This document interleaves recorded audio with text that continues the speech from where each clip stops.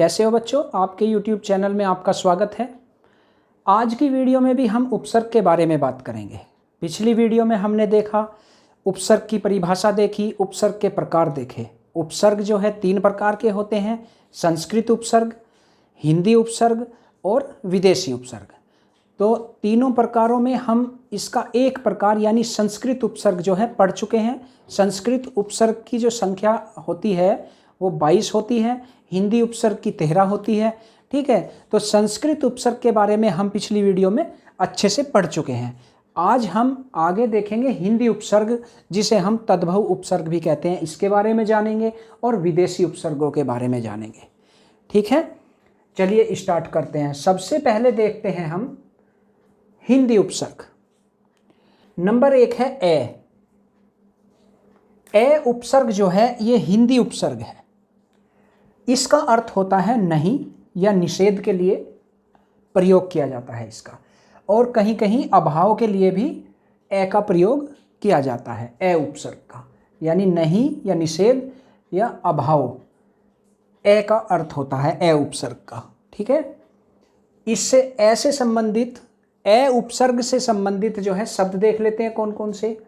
जैसे कि अचेत, चेत में ए उपसर्ग जोड़ दिया। चेत कहते हैं जो चेतन हो, और ए लगने के बाद अचेत हो गया। अचेत जिसमें चेतना ना हो, ठीक है, या जो मूवमेंट ना करता हो, अचेत जिसे हम बेहोशी की हालत भी कह देते हैं, वो अचेत। तो ए उपसर्ग लगा है इसमें।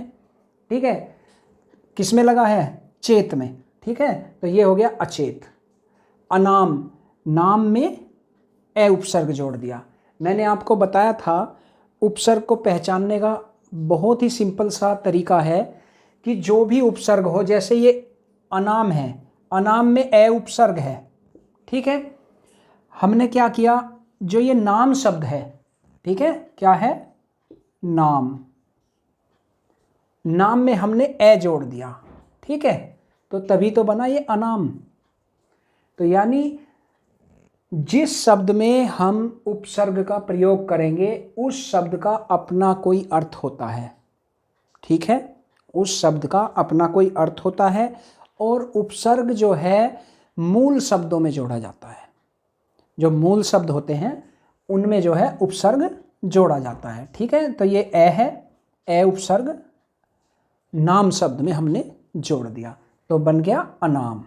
ठीक है, उपसर्ग के बारे में आपको परिभाषा पता ही होगी। उपसर्ग जो है एक तरह के ये शब्दांश होते हैं, यानी शब्दों का एक अंश जो होता है उसे कहते हैं उपसर्ग, और ये शब्द से पहले जुड़ता है। उपसर्ग जो होगा, जैसे नाम शब्द है ये और उपसर्ग है ए। ठीक है, तो जो ए उपसर्ग है ये है शब्दांश, और ये नाम क्या है? ये है शब्द। तो शब्द से पहले जुड़ता है उपसर्ग।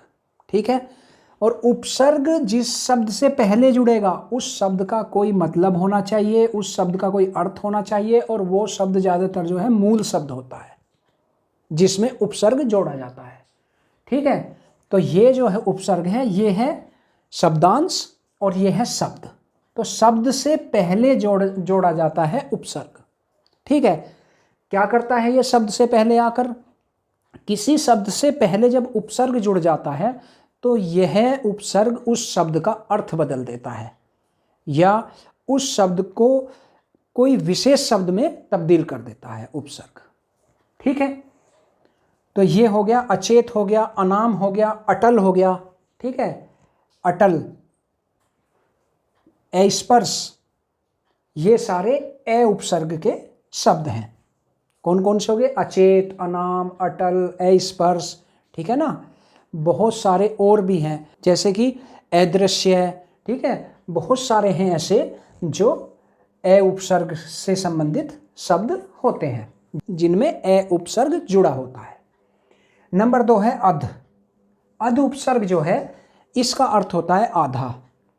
अध उपसर्ग का अर्थ होता है आधा, और इससे संबंधित शब्द जो है अध खिला, यानी खिला हुआ तो आप जानते हैं, और इसमें अध उपसर्ग लग गया तो ये हो गया अध खिला। इसका खिला जो ये शब्द है खिला, ठीक है, अगर हम ऐसे पढ़ें इसे तो ये शब्द है खिला, खिला शब्द का अर्थ ही बदल दिया अध लगते ही, ठीक है, ये अध खिला हो गया, ठीक है। तो ये अध उपसर्ग है, इसमें अध उपसर्ग से संबंधित शब्द हो गया अध खिला, ठीक है, अधमरा, ठीक है, और बहुत सारे शब्द हैं जो अध उपसर्ग से बने हैं। नेक्स्ट देखते हैं अनुपसर्ग। अनुपसर्ग का अर्थ होता है निषेध या अभाव। अनुपसर्ग का अर्थ होता है निषेध या अभाव, ठीक है।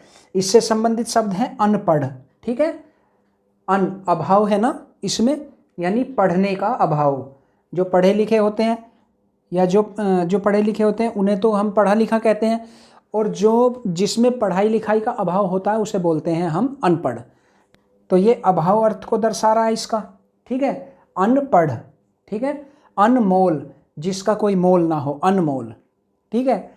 ये हैं अनुपसर्ग से संबंधित शब्द। और अनुपसर्ग का अर्थ क्या होता है? निषेध या अभाव। नेक्स्ट है उन। उन उपसर्ग जो है इसका अर्थ होता है एक कम। उन उपसर्ग का अर्थ क्या होता है? एक कम, यानी जैसे 49, 39, ठीक है, 59, 29, ये जो होते हैं 19, ठीक है, इनका अर्थ होता है उन उपसर्ग का एक कम, ठीक है। जैसे हम शब्द ले लेते हैं 59, तो इसमें जो ये 60 है, 60 का मतलब होता है 60, ठीक है, और उन का मतलब होता है एक कम, तो यानी 60 में एक कम, तो 59 हो गया, ठीक है। तो ये जो है उन उपसर्ग जुड़ा हुआ है 60 शब्द में, ठीक है, तो इससे बन गया ये 59। 29, ये है 30 शब्द, ठीक है, ये क्या है 30, और 30 में हमने क्या जोड़ दिया? उन उपसर्ग जोड़ दिया, यानी एक कम, जो 30 में एक कम हो तो उसे कहते हैं 29। तो ये जो 29, 59, 39, 49, इन सब में जो है उन उपसर्ग जुड़ा हुआ है, ठीक है। नेक्स्ट देखते हैं हम कै या कु, ठीक है। कहीं कहीं आपको कै उपसर्ग मिलेगा किसी शब्द में और किसी में कु उपसर्ग मिलेगा, ठीक है। दोनों का जो मतलब होता है वो होता है बुरा या कठिन। कै उपसर्ग और कु उपसर्ग का जो अर्थ होता है वो होता है बुरा या कठिन। और कु और कै उपसर्ग से संबंधित शब्द कौन कौन से होते हैं? जैसे कि कै उपसर्ग से संबंधित है कपूत, ठीक है, यानी कै का मतलब क्या बताया? कै का अर्थ बुरा, ठीक है, और पूत का मतलब होता है पुत्र, यानी कैसे कै का अर्थ है बुरा और पूत का अर्थ है पुत्र, बुरा पुत्र जो होता है उसे कहते हैं कपूत। कुलेख, कु का मतलब क्या है? कु का बुरा यानी बेकार, और लेख का मतलब लिखाई जो होती है, ठीक है, हैंड राइटिंग जो होती है, कुलेख, तो बुरा लेख इसका मतलब हो गया, ठीक है। तो कै और कु उपसर्ग जिसका अर्थ होता है बुरा या कठिन, और इससे संबंधित जो शब्द हैं कपूत, कुलेख और बहुत सारे शब्द हैं जो कै और कु उपसर्ग से बने हैं। नेक्स्ट है हमारा दु। दु उपसर्ग जो है इसका अर्थ होता है बुरा या हीन। दु उपसर्ग का अर्थ होता है बुरा या हीन, और इससे संबंधित दु उपसर्ग से संबंधित जो शब्द होते हैं वे हैं दुकाल, दुलारा, ये सारे दु उपसर्ग से संबंधित शब्द हैं, ठीक है। और दु उपसर्ग का अर्थ क्या होता है? बुरा या हीन, ठीक है। तो अब देखते हैं नेक्स्ट नी उपसर्ग। नी उपसर्ग, नी उपसर्ग का अर्थ होता है नहीं या विपरीत।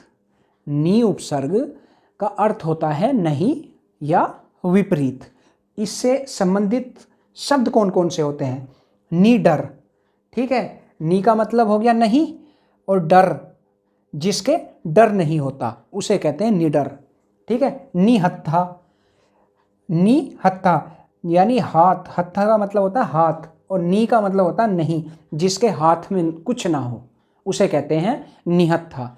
तो ये सारे नी उपसर्ग से संबंधित शब्द हैं, ठीक है, और नी उपसर्ग का अर्थ होता है नहीं या विपरीत, ठीक है। तो ये महत्वपूर्ण हिंदी के उपसर्ग हैं। नेक्स्ट है हमारा से या सु उपसर्ग। से और सु उपसर्ग जो हैं इन दोनों का ही अर्थ होता है अच्छा या सहित, अच्छा या सहित। तो इससे संबंधित जो शब्द हैं से रस, ठीक है, सरस, सुलेख, ठीक है, सु का मतलब अच्छा और लेख का मतलब लेख, लिखाई, हैंड राइटिंग, ठीक है, अच्छा लेख, सुलेख, ठीक है। तो से और सु का अर्थ होता है अच्छा और सहित, ठीक है। तो सरस, सुलेख और बहुत सारे ऐसे शब्द हैं जो से और सु उपसर्ग से बने होते हैं। नेक्स्ट है हमारा ती उपसर्ग। ती उपसर्ग जो है, ती उपसर्ग का अर्थ होता है तीन। क्या होता है? तीन। और ती उपसर्ग से संबंधित जो शब्द होते हैं जैसे कि तिकोना, तिगुना, ठीक है ना, त्रिलोक, ये शब्द ती उपसर्ग से संबंधित है, ठीक है। ती यानी तीन और कोना यानी जिसके तीन कोने हो, तो उसे कहते हैं तिकोना। ती गुना यानी तीन गुना, तो ये शब्द ती उपसर्ग से संबंधित शब्द है। नेक्स्ट आ गया हमारा भर उपसर्ग। भर उपसर्ग जो है इसका अर्थ होता है पूरा या भरा हुआ। भर उपसर्ग का अर्थ होता है पूरा या भरा हुआ। और इससे संबंधित जो शब्द होते हैं भरपूर, भरपेट, ठीक है, जैसे ये पेट है और भर से होता है भरा हुआ, यानी भरा हुआ पेट, उसे कहते हैं भरपेट, ठीक है। तो ये हिंदी के महत्वपूर्ण उपसर्ग थे।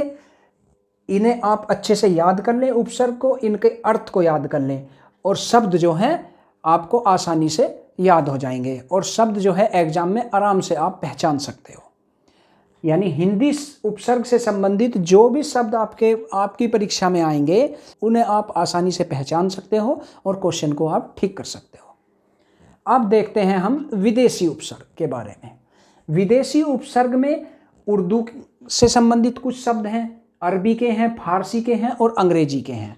ऐसे शब्द हैं जिनमें उपसर्ग जोड़ा जाता है और हिंदी में ये शब्द खूब प्रचलन में है। हमारी हिंदी में उर्दू, अरबी, फारसी, अंग्रेजी के शब्द जो हैं प्रचलित हैं जिनमें उपसर्ग जुड़ा हुआ है।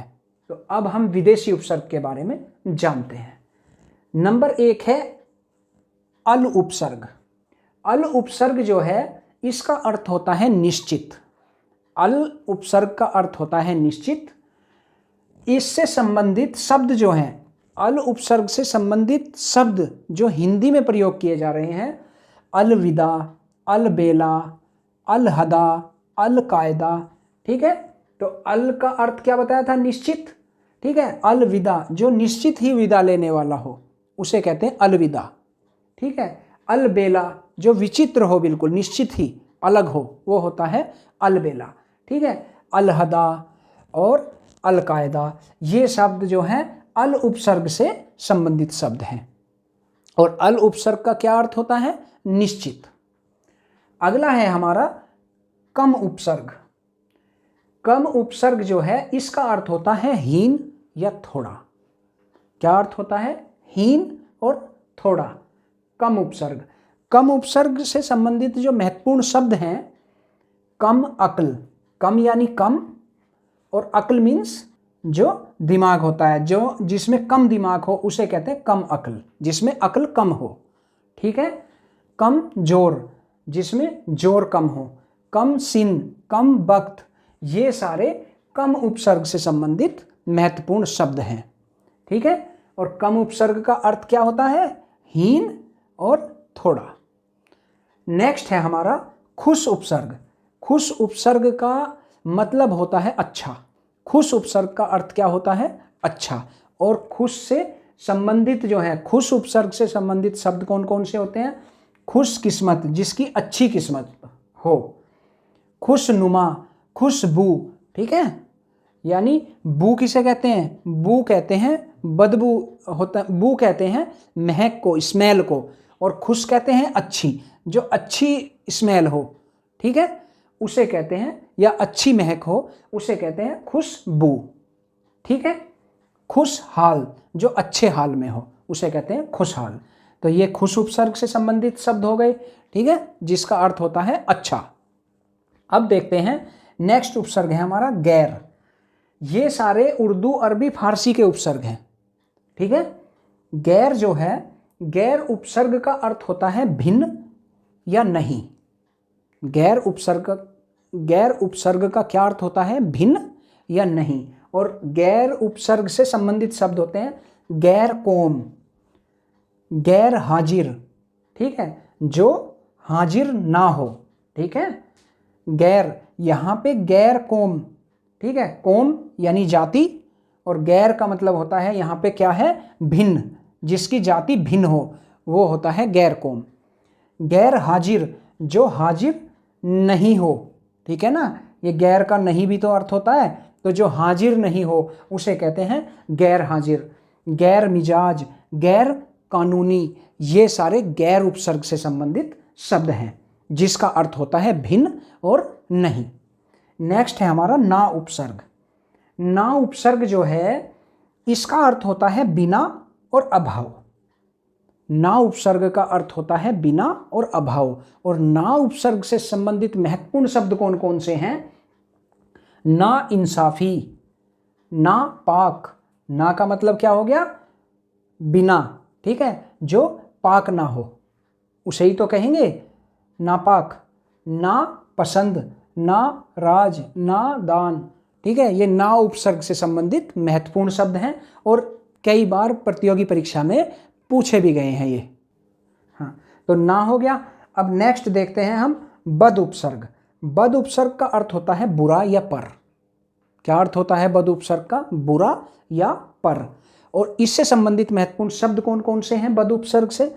बदबू, बद यानी बुरी या बुरा, और बू कहते हैं स्मेल या महक, जो बुरी महक हो या बुरी स्मेल हो उसे कहते हैं बदबू, ठीक है। बदनाम, जिसका नाम बेकार हो, ठीक है, बुरा हो, उसे कहते हैं बदनाम, ठीक है। बदमाश, बदनसीब, ठीक है, जिसका बुरा नसीब हो उसे बदनसीब कहते हैं। बदहजमी, ये सारे जो हैं बद उपसर्ग से संबंधित शब्द हैं जिसका अर्थ होता है बुरा या पर।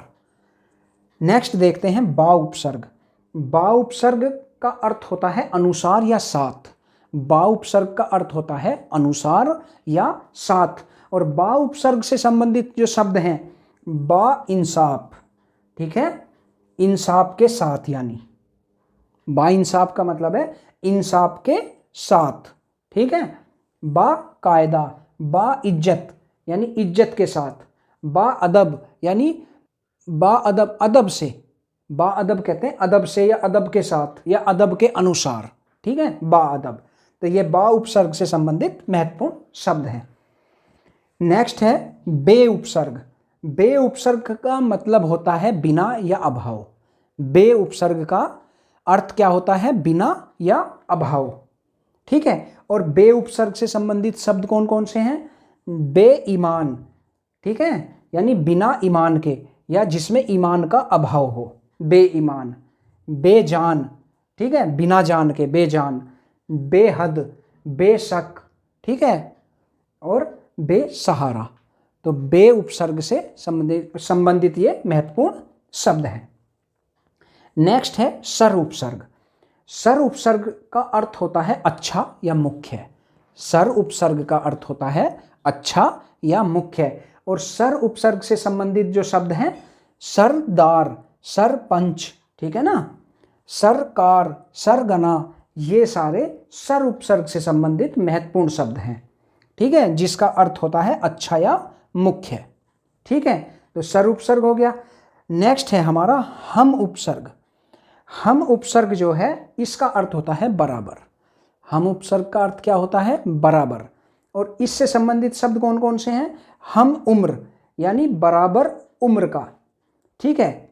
हम सफ़र, हम वतन यानी बराबर, यानी हमारे वतन का, यानी हमारे देश का, ठीक है। तो हम वतन, हम दर्द, ये सारे जो हैं हम उपसर्ग से संबंधित महत्वपूर्ण शब्द हैं। अब ये तो बात होगी यहाँ तक जो है हम उपसर्ग तक, उर्दू, अरबी और फारसी के महत्वपूर्ण उपसर्ग हैं ये। इनसे प्रतियोगी परीक्षाओं में कई बार क्वेश्चन पूछे गए हैं, ठीक है। कई बार तो जो ये शब्द हैं उपसर्गों से संबंधित, सीधे यही शब्द जो हैं प्रतियोगी परीक्षा में पूछे जा चुके हैं। अब देखते हैं हम अंग्रेजी के उपसर्ग। अंग्रेजी के उपसर्ग होते हैं जैसे कि एक्स। एक्स उपसर्ग जो है ये अंग्रेजी का उपसर्ग है, ठीक है, जो हिंदी में प्रयोग किया जा रहा है, ठीक है। एक्स उपसर्ग, एक्स का मतलब होता है पूर्व, एक्स का अर्थ क्या होता है? पूर्व, ठीक है। तो एक्स उपसर्ग से संबंधित शब्द कौन से हैं? एक्स चेयरमैन, एक्स सर्विसमैन, ठीक है। तो ये एक्स उपसर्ग जुड़ा है, एक्स चेयरमैन, एक्स सर्विसमैन, ठीक है ना, इनमें जो है एक्स उपसर्ग जुड़ा हुआ है। तो ये अंग्रेजी का उपसर्ग है एक्स उपसर्ग, ठीक है। और ये महत्वपूर्ण एक्स उपसर्ग से संबंधित शब्द है। नेक्स्ट है सब उपसर्ग। सब उपसर्ग जो है इसका अर्थ होता है उप। सब उपसर्ग का अर्थ क्या होता है? उप, ठीक है। और इससे संबंधित शब्द कौन कौन से हैं? सब डिवीजन, सब रजिस्ट्रार, सब इंस्पेक्टर, ये शब्द जो हैं सब उपसर्ग से संबंधित शब्द होते हैं, ठीक है। और सब उपसर्ग जो है अंग्रेजी का उपसर्ग है, ठीक है। सब डिवीजन ये अंग्रेजी से संबंधित उपसर्ग हैं और जो हिंदी में प्रयोग किए जा रहे हैं। जैसे एक उपसर्ग होता है अंग्रेजी का को उपसर्ग। को उपसर्ग से मिलकर जो बने हुए शब्द होते हैं जैसे कोऑपरेटिव, ठीक है ना, कोऑपरेटिव, ये शब्द जो है ये अंग्रेजी का शब्द है जो हिंदी में प्रयोग किया जा रहा है। इसमें कौन सा उपसर्ग है? अंग्रेजी का को उपसर्ग, ठीक है। और सब उपसर्ग हो गया, एक्स उपसर्ग हो गया। तो ये जो थे विदेशी उपसर्ग थे और प्रतियोगी परीक्षा की दृष्टि से बहुत ही महत्वपूर्ण उपसर्ग थे, ठीक है। उर्दू, अरबी, फारसी और अंग्रेजी के महत्वपूर्ण उपसर्ग थे ये। और ये जो थे ये हिंदी के महत्वपूर्ण उपसर्ग थे। और पिछली वीडियो में संस्कृत के उपसर्ग जो मैं पढ़ा चुका हूं। तो उपसर्ग आपके इन 2 वीडियो में क्लियर हैं। अब नेक्स्ट टॉपिक के साथ मैं अगली वीडियो में मिलूंगा। वीडियो अच्छी लगी हो वीडियो को लाइक करें, चैनल को सब्सक्राइब करें। तो मिलते हैं अगली वीडियो में, तब तक के लिए नमस्कार।